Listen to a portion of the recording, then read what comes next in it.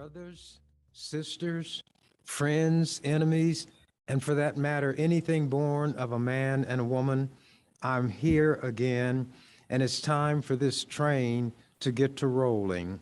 I have often mentioned the value that I place on reading, and that's because I bring my mind in contact with other great minds when I pick the right things to read. It would be foolish for me to try to independently rediscover things that have been discovered. It would be a rediscovery for me, but not in reality and objectively speaking. The common expression for that is no need to reinvent the wheel. That brings me to my approach today. I'm going to talk about Cyrus the virus. And when others have given their opinions and expressed thoughts, there's no need for me to try to paraphrase or duplicate the things that they have already given their minds to and produced what I consider to be sound conclusions. So what I did do was to write a rhyme. I do this because it's therapeutic and I love words. And when you write a rhyme, all a poem is when you get away from the deep stuff that nobody understands and few people like and children can't really grasp. Metered rhyme or rhythmic rhyme can be a definition of poetry, but I call mine rhymes. This is titled Musings on Reinventing the Wheel, etc. I start by providing two definitions. One defines the word skeptic, and this comes from the American Heritage Dictionary. One who instinctively or habitually doubts, questions, or disagrees with assertions or generally accepted conclusions. Then the word perfect, lacking nothing essential to the whole, complete of its nature or kind, in a state of undiminished or highest excellence, without defect, flawless. Keep that in mind when I hit these words. He was a skeptic and flaunted it about. Naught did he accept unless he checked it out. Still, when great wisdom his words were displaying, they comprised a Bible verse, a lyric, or a saying. Indisputably, he had no peer when quoting. Equally peerless, he was whenever gloating. The wheel he reinvented, though already there. Success, he exclaimed, but his invention was a square. His great invention with pride filled his soul, but it had a drawback. It could not roll. Rolling, of course, was the essence of the wheel. Without that essence, the verdict was no deal. When the dawn broke, his mouth fell agape. All he'd reinvented was a geometric shape. Though a faux, F-A-U-X, which is a false or fake, though a faux skeptic, he truly was not dense. To see his bungle, he had sufficient sense. From that day forward, he always paused to see. If wisdom cautioned, let it be, let it be. The lesson he gleaned, cutting to the bone, quote, some things that are better left alone. All the truly wise by this fact are moved. That which is perfect cannot be improved. More perfect union, though in the Constitution, can be disregarded. That's poor syntax execution. More perfect says the best can be made better, which makes as little sense as making water wetter. Those founding fathers countenance gross knavery, yapping of freedom while practicing human slavery. When they can douse morality's pure light, 'tis a simple thing to not get grammar right. Truth from error, the wise are ever screening. The cardinal principle The cardinal principle is this: words indeed have meaning. So I will be using others' words a bit today, but I have another rhyme that introduces me to my subject, and I've read it before, and I'll read it again, and perhaps again. It's called Ode to COVID-19. Cyrus the virus, extremely desirous of raging like uncontrolled fire. Cyrus the virus did pen on Pyrrhus, would that all humans expire. Cyrus the virus does not admire us. If it could have its own way, it would inspire us, then would require us by recklessness ourselves to slay. Osiris the virus, forget not King Pyrrhus, who dealt the Romans what for? A victory he won, but when all was done, King Pyrrhus lost the war. Cyrus the virus, the fate of King Pyrrhus awaits you if man but relents. Your days are numbered when minds unencumbered embrace medical science and sense. I don't know whether the virus will ever be totally eradicated, but if you pay attention to the findings of science and medical experimentation, testing, and so forth, you can at least hold Cyrus at bay. There is this container of hand sanitizer. It's a thick gel. You probably can't see it, but there are bubbles suspended in it, perfectly round. And obviously they're bubbles of air. If I shake it, they will all move as the gel moves, but they don't shift or change their position with reference to each other. Each remains the same distance from every other bubble that it had. No matter how you shift it, the entire gel mass will move and everything moves in it, which is imprisoned in it. So if people would follow science, there's the possibility of encasing Cyrus so that he is limited in what he can do. He'll be there waiting for something to either dilute that gel or create a passageway out. But if that's not done, Cyrus is imprisoned. There are safeguards: the mask, the social distancing, frequent washing of your hands, and other things that those who know more about these things than I will ever know or could ever learn in the amount of time that I have in this world with the small amount of knowledge of that variety that I have in my brain. There are people who, for political reasons, will disregard the findings of science. If they don't like somebody, they reject everything that somebody has to say. I'm smarter than most people. I listen to those I have conflict with. Everybody, on occasion, will say something that makes sense. So I listen to everybody, and I may be fortunate enough when that one pearl of wisdom, that one gem of great value and price will fall from the lips of that one I don't like, and my ear will pick it up, and my education has been improved. I have been enlightened.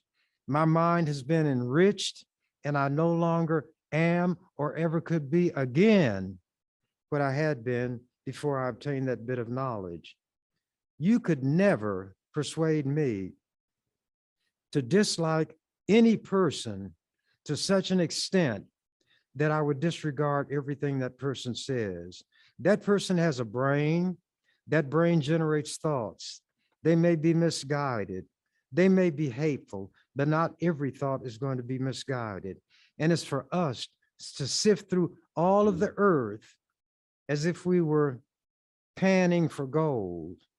Let the dirt fall through and hope that the nuggets of gold will be large enough not to fall through the hole. And you've enriched yourself.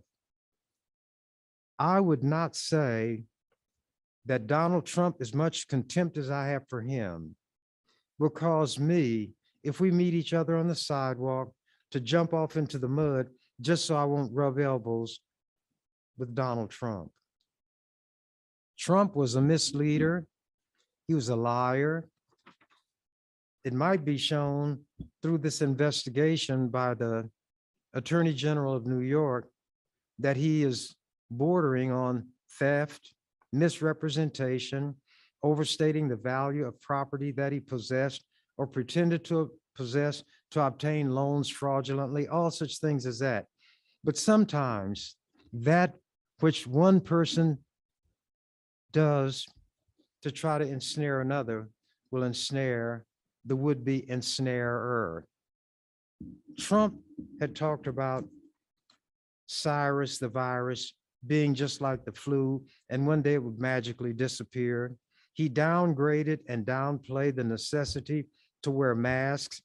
He ridiculed now President Biden when he came to debate or whenever he appeared in public or in an enclosed place. He said, that guy's got the biggest mask you can find. But Cyrus hit Trump. But Trump, unlike most of you out there, unlike all of us out here, was able to obtain the best medical care available at the Walter Reed Army Hospital. They were able to pump oxygen into his poorly functioning lungs because they couldn't do the job. They had some experimental medications that might do some good. And when all of this was put together, they restored him to health. You don't have that luxury.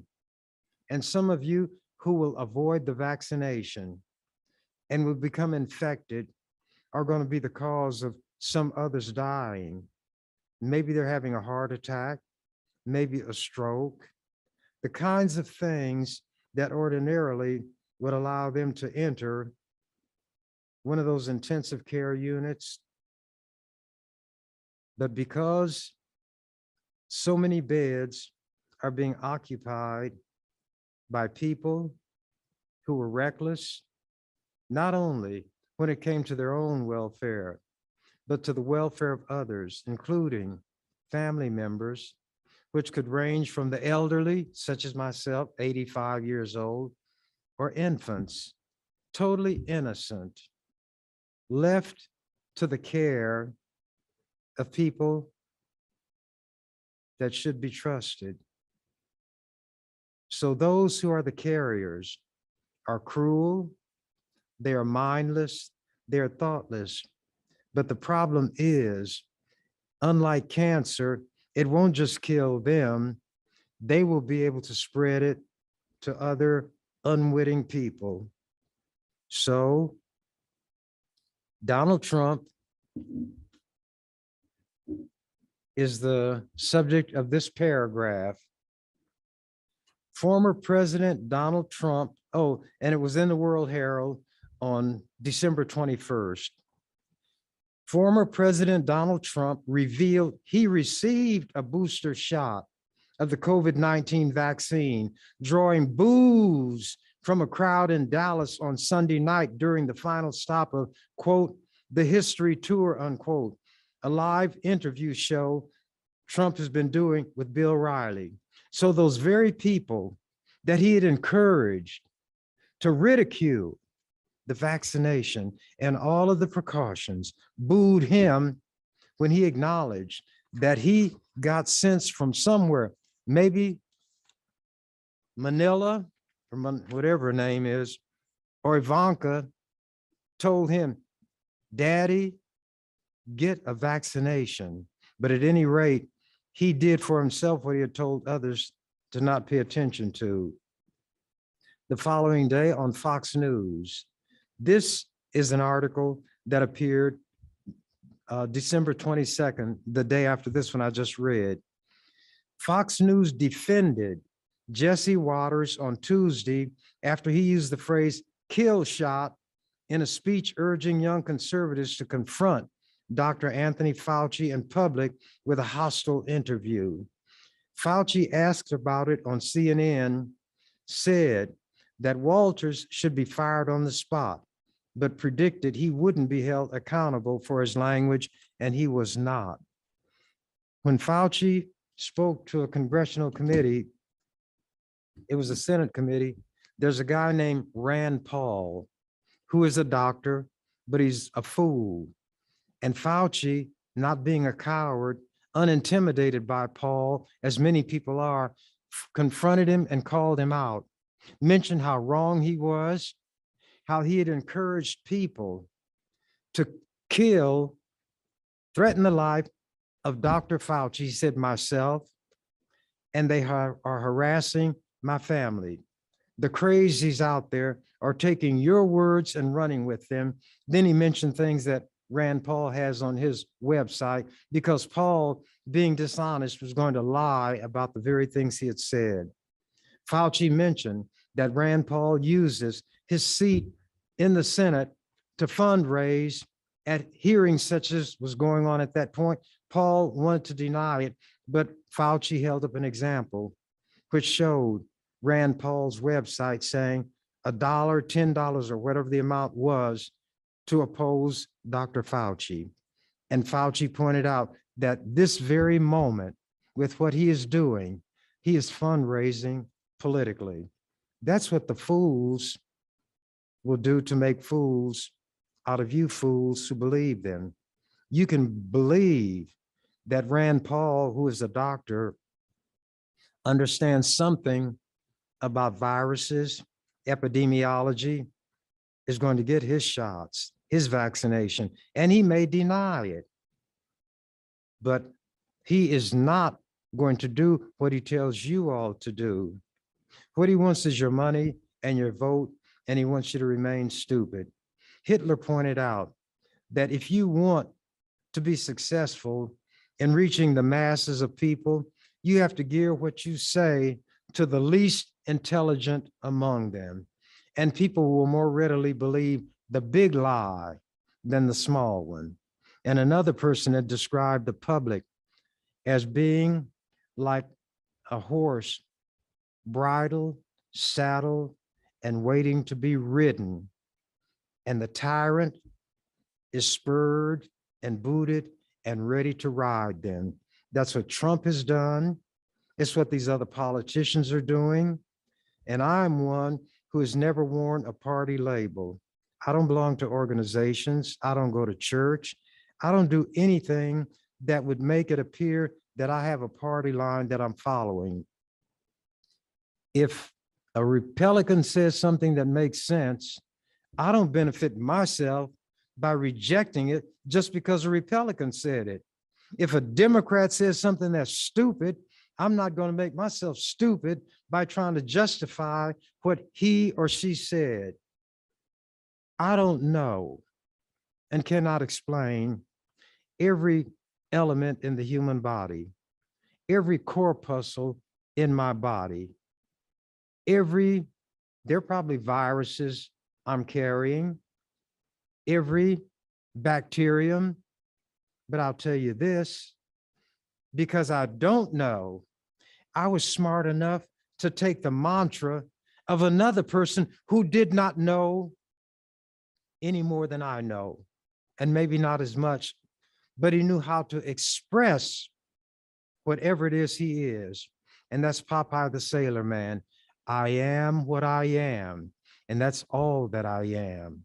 So whatever I consist of, whatever composes me is what I am, and that's exactly what I am. So what I intend to do, I've read my part about Cyrus the Virus, and I'll have something else that I wrote that I will read. But the first thing I want to do is read a comment from a lady named Courtney Allen Gentry, who is described as a community columnist who is given a periodic space in the World Herald.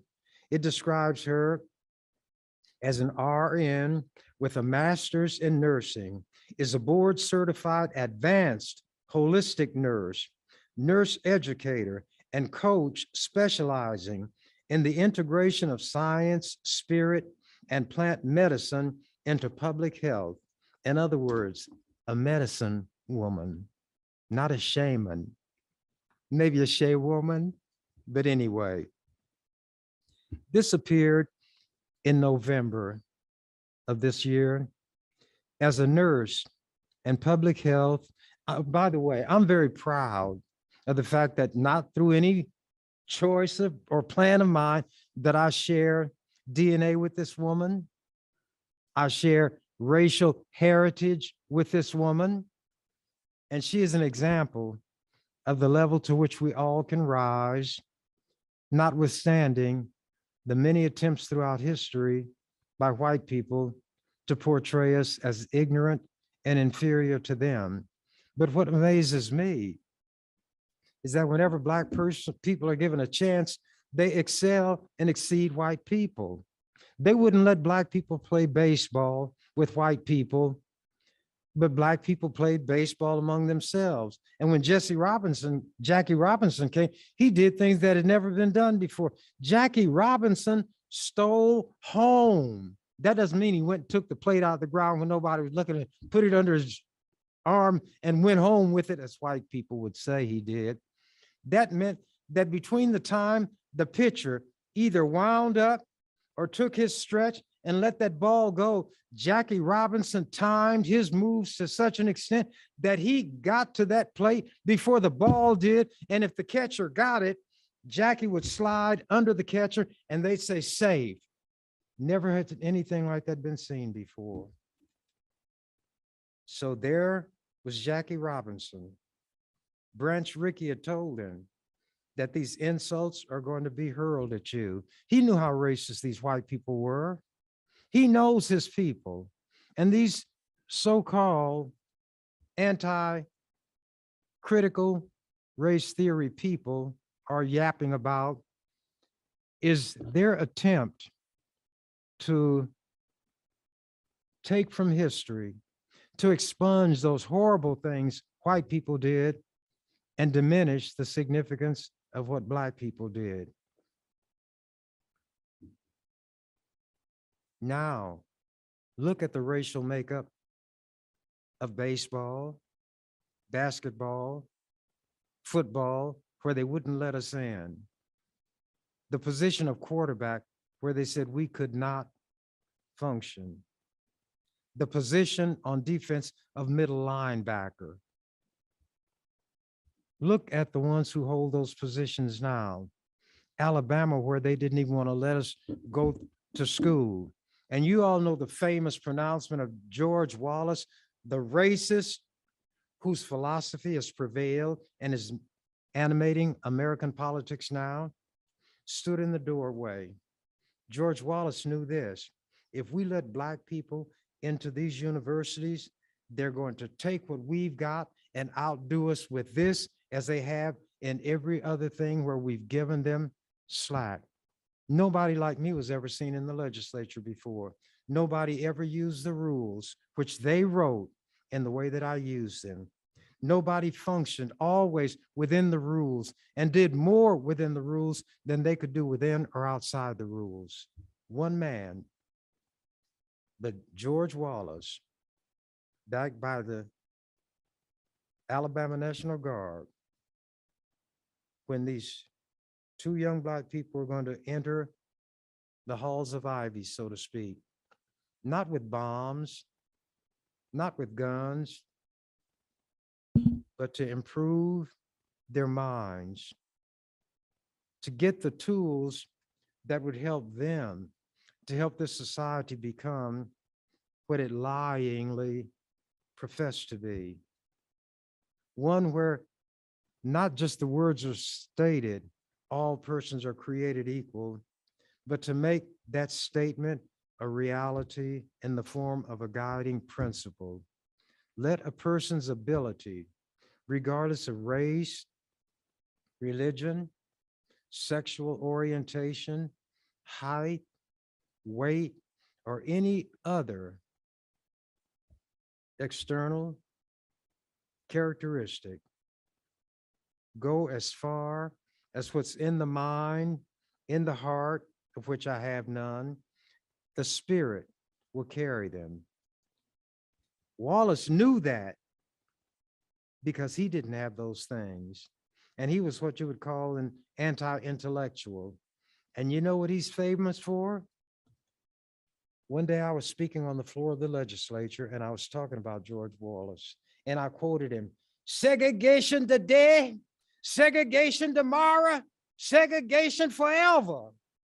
And there was a state trooper on duty, a black man. And he said when he heard that, he stopped in his tracks because he thought somebody was playing a recording of George Wallace on the floor of the Nebraska legislature. Then he found out it was me and the context in which I did it. That's what George Wallace said. But now, why was Alabama in the football game for the championship of all football? Why did Alabama win the championship in the admittedly toughest football league in the country, the Southeastern Conference known as the SEC? Because of the number of black people they had on offense and defense. Their quarterback won the Heisman Trophy. They have defensive players that have professional teams drooling and licking their chops to try to get them. And there are these white people who are sitting back, like Trump, like Ricketts, saying, we always warned you. Ricketts can say, my daddy warned you, but he made the mistake of putting his racism on his website, his anti-Muslim attitudes. And when it came out and old man Ricketts was condemned, young Ricketts said he didn't know his daddy was like that. Well, the nut doesn't fall far from the tree, and you can look at the racism of Ricketts now, and you know it was a family affair. Ricketts and his ilk stated, if we let them in, at first they will trickle, just a few, and then they'll flood like the Nile and they'll wash everything away. Everything that we've given our lives to, building dams, dikes, trenches, walls to keep them out, because we know that they're superior. And you might say, now, why is this black man who wants to talk about equality talking about superiority? I'm talking about facts, ma'am, just the facts. When a group of people can be kidnapped from their homeland, have their religion taken from them, any cultural remnants destroyed, be empty vessels, and do what black people have done, when white people who have been free all of their life cannot equal black people in a fair up and down fight. Not every black man will outdo every white man. That's not what I'm saying.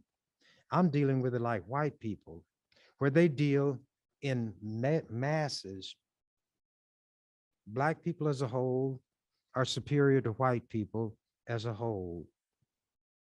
When that was put to Malcolm X by some students at Harvard, Malcolm said, well, I'm not a geneticist, but I've read a little bit, and your eyes are blue.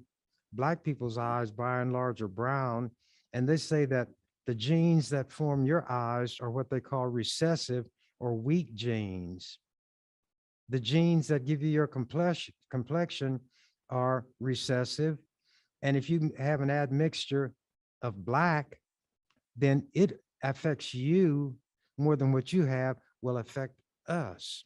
So if you want to talk at that simple-minded level, we will outdo you in that too. So why waste time fighting? It's not a cause that's lost. It's a cause that never was, never should have been.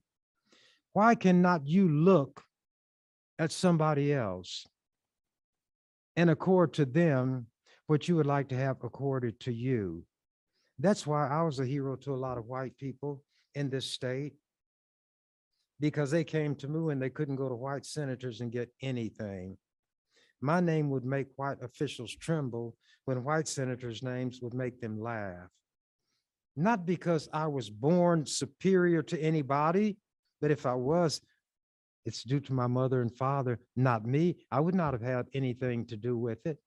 I would have been the inheritor, the receiver of something good that if I'm smart enough, I can make use of. But I did not create myself. What I am, I can help sharpen and improve by reading, studying, developing my mind.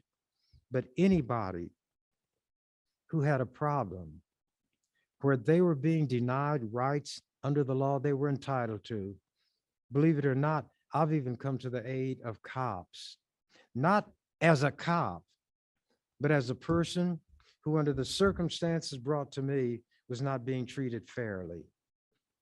And I'd let him know or her know.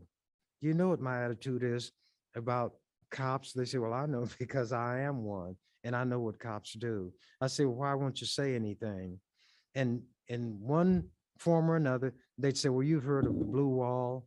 Well, I'm a brick in that blue wall. I said, oh, and I like to show them that I'm aware of their music. I said, like Pink Floyd, and their eyes come open. I say, all we are is just another brick in the wall. And then I even know a few of the words. We don't need no education. We don't need no thought control. No dark sarcasms in the classroom. Hey, teacher, leave them kids alone.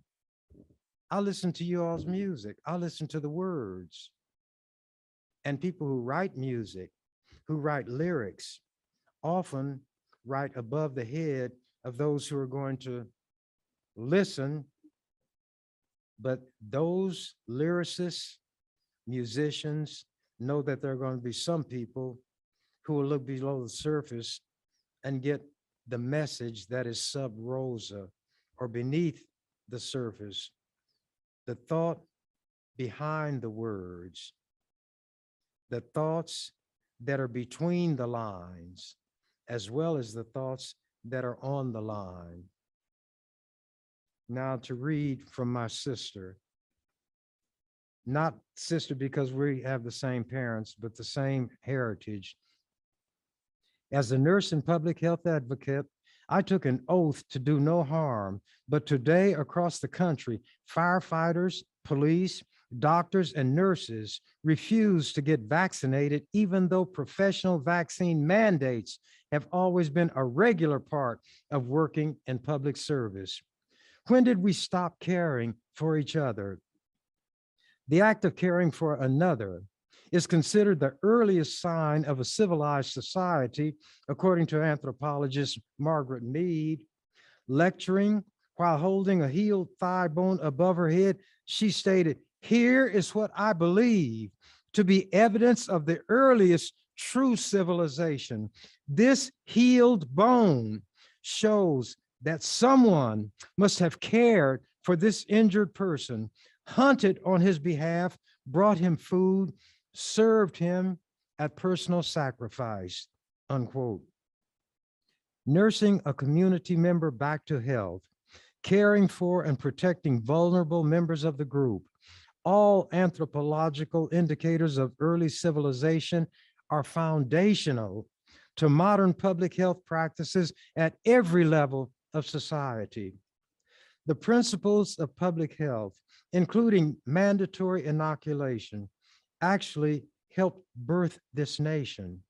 According to the publication, Smallpox Vaccination and Early Start of Modern Medicine in America, General George Washington's 1777 smallpox vaccine mandate reduced the Continental Army troop fatality rate from 60% to 1 to 2%. This critically important military strategy ensured the health of the troops while giving rise to military vaccine mandates that continue today. And if you don't think that's so, ask anybody who went to basic training like I did. They got people on both sides of you with needles. And if the right one don't get you, then the left one will. So when you jump from that one, you jump right into this one. Then you bounce off him and this one gets you.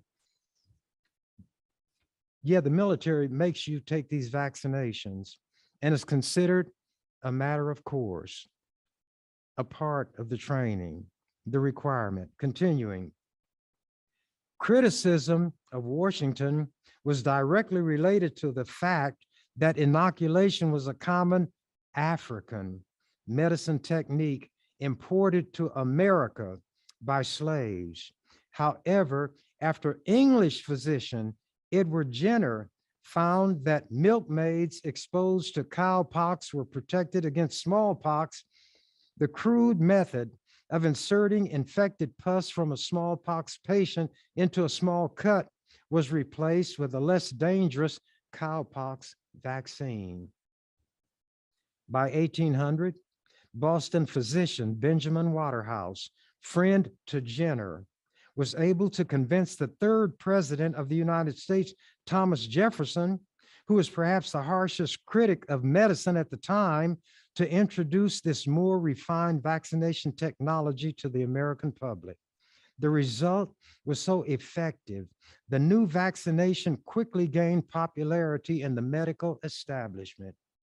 We go 13 years later, 1813.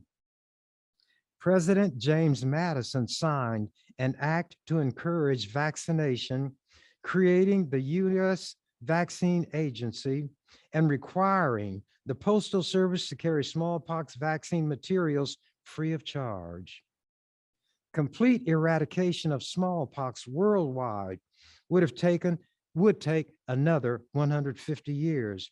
Yet this early American history at the intersection of medicine, public health, military strategy, and government agency laid the foundation for subsequent disease eradication programs around the globe when it came to smallpox. And smallpox, when it got you, it had you. And that's when that song came, "You really got a hold on me," and didn't let go. And then Marvin Gaye came along and forecast what these ignorant anti-vaxxers would say. Marvin Gaye said, "Believe half of what you see, son, and none of what you hear." And quiet as it's kept, Marvin Gaye used to play drums with Motown before he sang. And those young girls, they were the Marvelettes or Shirelles who sang "Mr. Postman, Check and See." Marvin Gaye played the drums on that song. I know a thing or two about a thing or two because I read, I listen, I pay attention to everybody and anybody who's got something to say that I think is worthwhile. Mary Alonzo was a great tenor. And one of the songs that he made famous was "Be My Love," and he sang it like nobody. Who would think that somebody who could use the legislative rules like I do and be called the racist names that I'm called, have threats on my life as my daily fare in the form of notes glued to my door, slipped under my door when nobody was there, sent to me in the mail. And you know how the post office would deliver it? They would put the N word before my name, Lincoln, Nebraska, and it was delivered to my office. But anyway, my friends, my enemies, my brothers, my sisters, the neutrals, a diamond properly cut has many facets. And when the light strikes it from this angle, you might see blue, yellow, red. It's like a prism. You pass a beam of light, which is colorless, through a prism, and it'll break that beam of light into the colors of the rainbow that'll be cast on that wall. I learned that in grade school and remembered it. Anyway, back to this. It took more than 150 years for smallpox to be eradicated globally. Based on this history, it is evident to this public health nurse that future generations will be dealing with COVID-19 for a long time before we get complete eradication, if at all. Meanwhile, COVID and its variants will become endemic to populations around the world. There's pandemic, epidemic, then endemic. The pandemic, pan means everything, universal, a panorama. Epidemic, epic.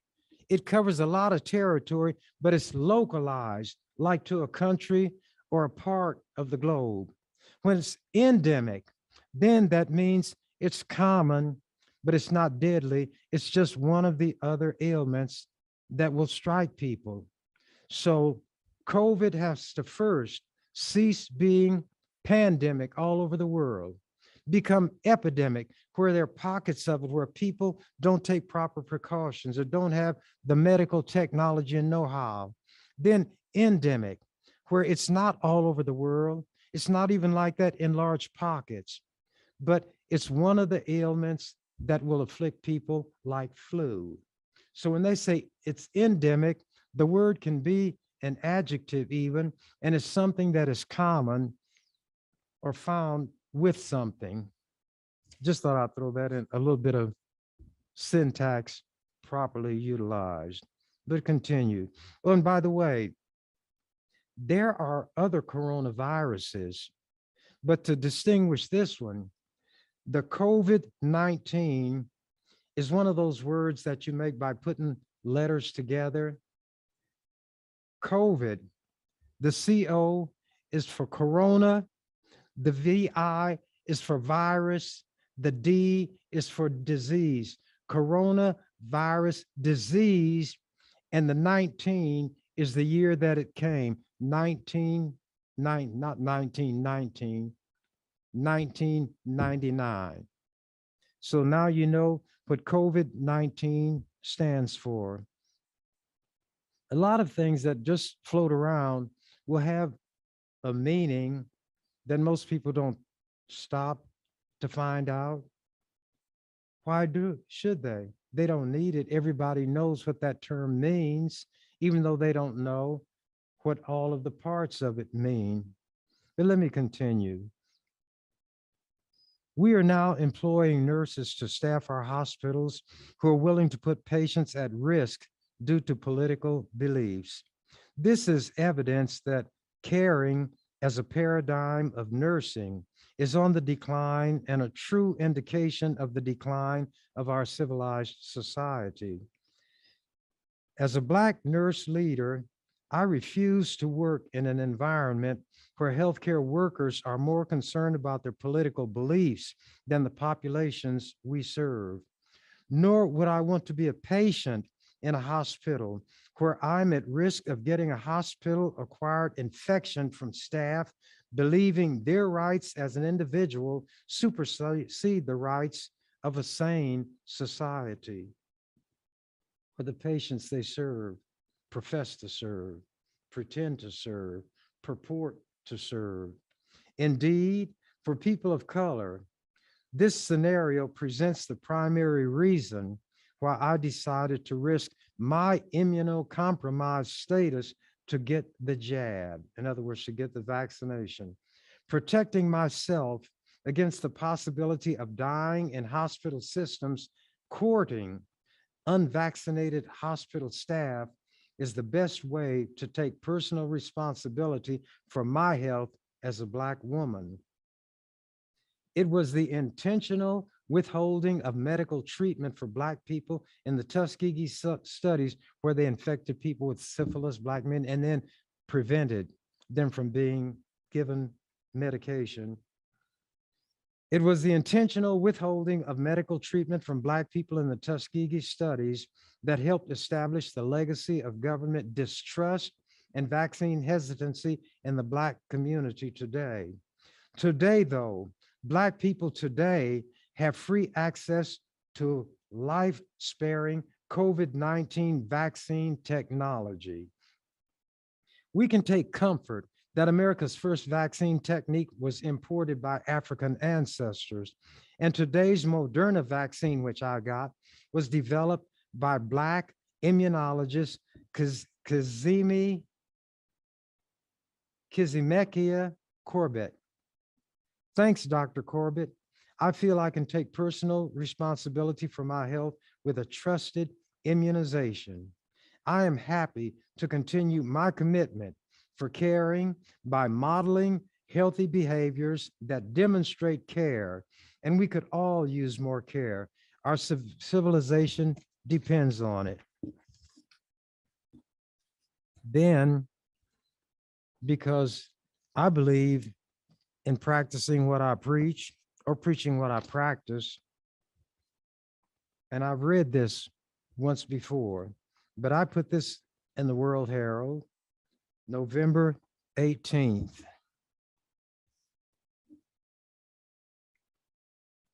Irresponsible anti-vax claims mislead Black Nebraskans. Frustration, thy name is COVID-19, AKA Cyrus the virus. Overwhelming is the frustration engendered by the flood of virus misinformation deluging the nation. Being Black, I am particularly perplexed and distressed by the volume of Black people among the deluded, COVID-denying, anti-vaxxer crowd. We are dying daily. During a weekly podcast called The Ernie Chambers Show, which this one is, regardless of my topic, I preliminarily vent my frustration with Black people who spurn vaccination. Between two people, one of whom speaks only English and the other only Greek, there can be no meaningful oral communication.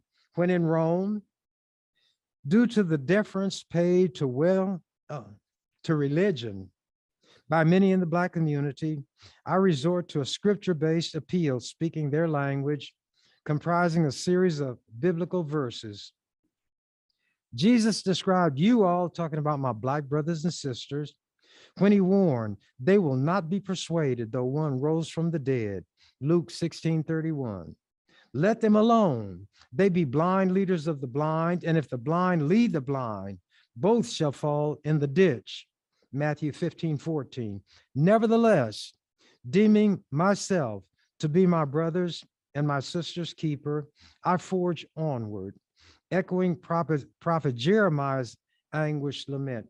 Oh, that my head were waters and mine eyes a fountain of tears, that I might weep day and night for my people.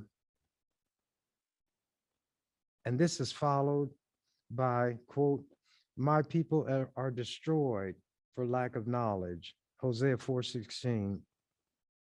A horse led to water cannot be forced to drink, and a fool led to school cannot be forced to think if the shoe fits. I'm reduced to the role of a sower who can merely cast seeds and must rely on other forces to determine if they take root and grow. However, not all is gloom and doom on the COVID front. Heartening is it to witness the enthusiasm of young children eager to get their shot. Continuing the scriptural theme, they may be viewed as the fulfillment of Isaiah's prophecy of hope. A little child shall lead them. Isaiah 11:16. May adults be led to heed them. Despite Ben Franklin's assertion that little strokes fell big oaks, if I had my druthers, I'd be dealing mighty strokes with the great axe of the legendary giant lumberjack Paul Bunyan against the twin oaks of COVID denial and anti-vaccination claptrap and trumpeting timber. And down they would crash, and we'd have a chance to survive. And here's an article. Now I'm going to cheat. I'm going to ask my director how many minutes I've got left. This is an article dated December 10th. It's one thing to preach and another thing to practice. There was this lady and she said, I've got two sons. If I could just put together what they each do, then each would be better off. The man said, what do you mean? She said, well, one of them's a minister and one of them's a doctor. He said, I don't get it. She said, well, the doctor practices and the minister preaches. So if they both would practice what they preach, put them together, each one of my sons would be on the road. But anyway, this is dated December 10th of this last year, and some of you may have seen it. COVID booster. After shot, Chambers pumps out 30 push-ups. And if I wanted to be boastful, I'd lay out on this table and do them. Former Nebraska State Senator Ernie Chambers pushed aside his signature short sleeve sweatshirt Thursday and flexed his arm before getting a booster dose of the COVID-19 vaccine. To show that he felt just fine after the jab, he dropped and gave the staff of Charles Drew Health Center 30 push-ups. Chambers, 84, said he wants to be an example to others, especially those in the Black community. Quote, I'm hoping that the people who may have some regard for me and what I recommend will see that I myself took 2 shots, took my booster, he said. They may be inclined to say, if he did it, then I think I'll give it a try also. Over the course of the pandemic, Chambers said, he has been a fairly regular guest on his daughter's podcast. He talks about misinformation surrounding COVID-19, which he has dubbed Cyrus the Virus. Chambers said he tries to relate things back to common Bible passages. When Chambers was at Charles Drew for his booster, he said, several people thanked him for what he was doing, but he was moved by an 11-year-old girl who he said was enthusiastic about receiving her vaccine. Chambers said he told the girl, quote, if I had not been of a mind to get a vaccine, but I saw somebody like you getting this, it would make me do it, unquote. Chambers said he had no side effects after either the first or second dose of the Moderna vaccine, no headaches or wooziness, and not even a bit of soreness at the vaccine site. And my booster obviously didn't bother me. After each of those doses, he did 25 push-ups. It's something of a signature move, he said, and it demonstrates that he's in good health, but still wants to take precautions. Chambers decided to show off Thursday by taking on an extra 5. That was met with oohs and ahs from those in the health center. The idea with COVID is that you can have the virus and be asymptomatic like typhoid Mary, he said. If you have family members or friends or circulate around other people, we should know that consideration. We should show it. And Johnny Rogers, then I'm going to be through. I'm just going to say something because Johnny talked about it in the newspaper.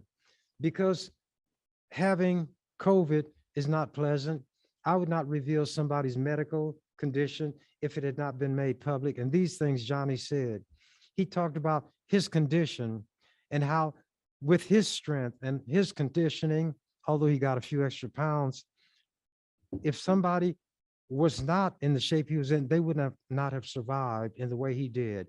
He said he lost 30 or 40 pounds, that when they told him he had to go on the ventilator, he didn't want to do it because they'd have to sedate him. And he felt that he had to be conscious and awake to fight. And if he went to sleep, he couldn't fight. But he went on, they ventilated him. He's very weak now, has lost a lot of weight. His sister refers to him as the man with the little stick arms, but he is fighting. And he said he wants people to know that if it can hit and do to somebody like him what it in fact did to him, maybe they would listen and not be like him. He said he thought that the vaccine would put poison into his body. He saw from experience how wrong all that misinformation was. He's one of those who lived to tell it. He's hanging on to life, not by a thread, but with what we call in the barbershop, a 30-second death grip, and he's not going to let it go. And when he's restored completely to health, he may become an ambassador whose word will be taken when it comes to the need for that vaccination in the way that people respect his savvy when it comes to football due to the fact that he won that Heisman Trophy. And COVID, when it attacked him, see, Cyrus the Virus talks to you. He mocked Johnny. He said, "You think I wasn't aware of what you did on that football field? You think I wasn't aware of the conditioning that you went through to be able to do that? How you could shed tacklers, how you could evade those would-be tacklers, how you get into the open and outrun everybody? Here a little, there a little, then gone, like the will o' the wisp." Cyrus said, "I knew all that, but I did to you what they couldn't do on the football field. I tracked you down, I tackled you, and not only did I throw you for a loss, I temporarily took you out of the game.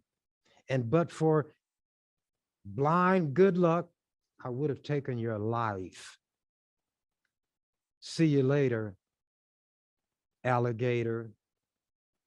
And Johnny said, "Maybe so, Dynamo. Now go."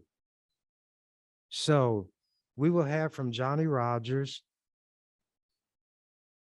at various points along the way, I'm sure, descriptions of what he went through, how he could have avoided all of that, and how he's now willing to give time, hoping that he can lead others out of the darkness that he was in so they won't have to suffer what he suffered. They say experience is the best teacher, and some will have no other. There are people in graves now because the experience they got did not teach them. It ended their life.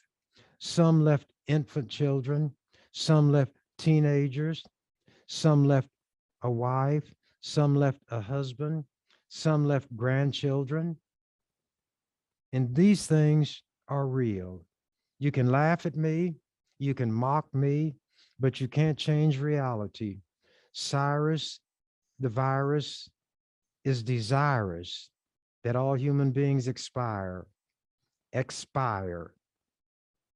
he's doing all he can to make that happen.